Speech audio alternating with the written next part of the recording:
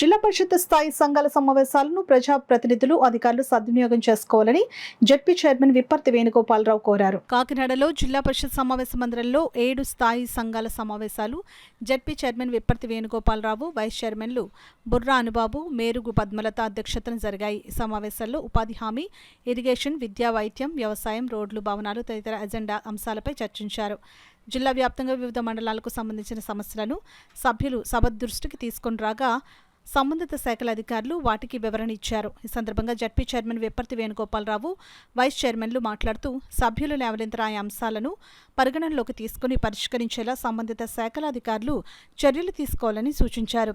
ఇటీవల గోదావరి వరదల నేపథ్యంలో కోనసీమ జిల్లాలో ముంపు నివారణ చర్యలు చేపట్టాలని సూచించారు.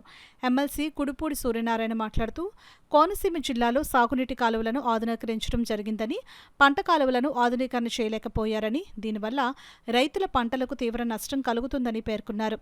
ఈ సమావేశంలో ఇన్ఛార్జ్ జడ్పీ సీఈఓ శ్రీరామచంద్రమూర్తి, జడ్పీటీసీలు, వివిధ శాఖల జిల్లా అధికారులు తదితరులు పాల్గొన్నారు.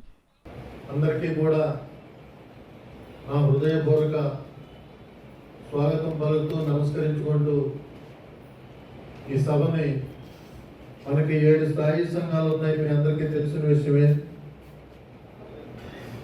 అందులో 4 స్థాయి 1, 2, 4, 7 స్థాయి సంఘములకు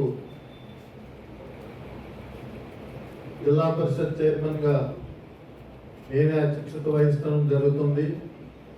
అలాగే 3వ స్థాయి సంఘానికి గౌరవ వైస్ చైర్మన్ గా బుర్రా అనుబాబు గారు, అలాగే 5వ స్థాయి సంఘానికి శ్రీమతి పొంగల్ పద్మావతి గారు,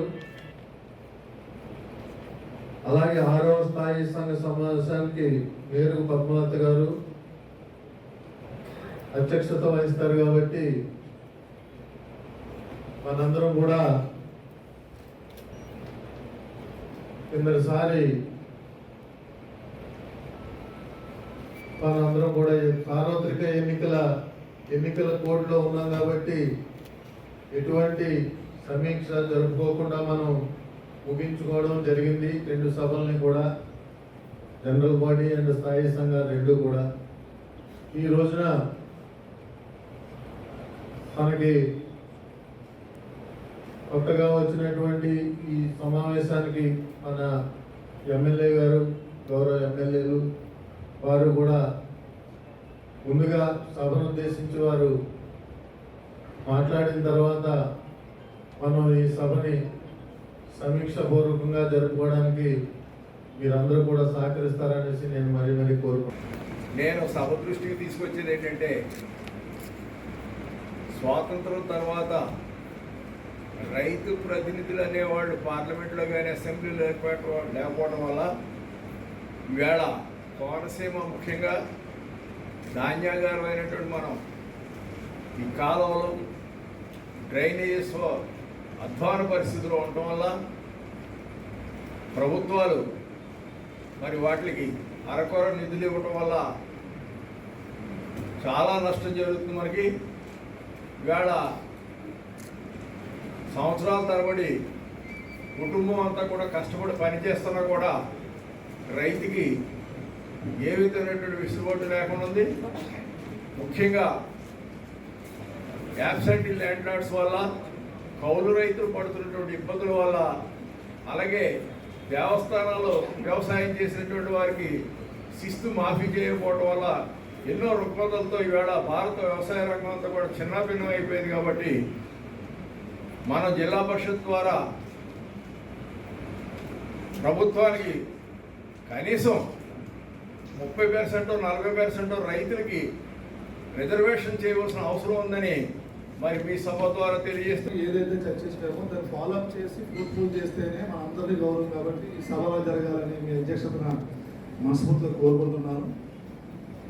మీ దృష్టికి, అధికారుల దృష్టికి తెచ్చేది ఏంటంటే, ఈ కాలువలు, డ్రైనేజీలు,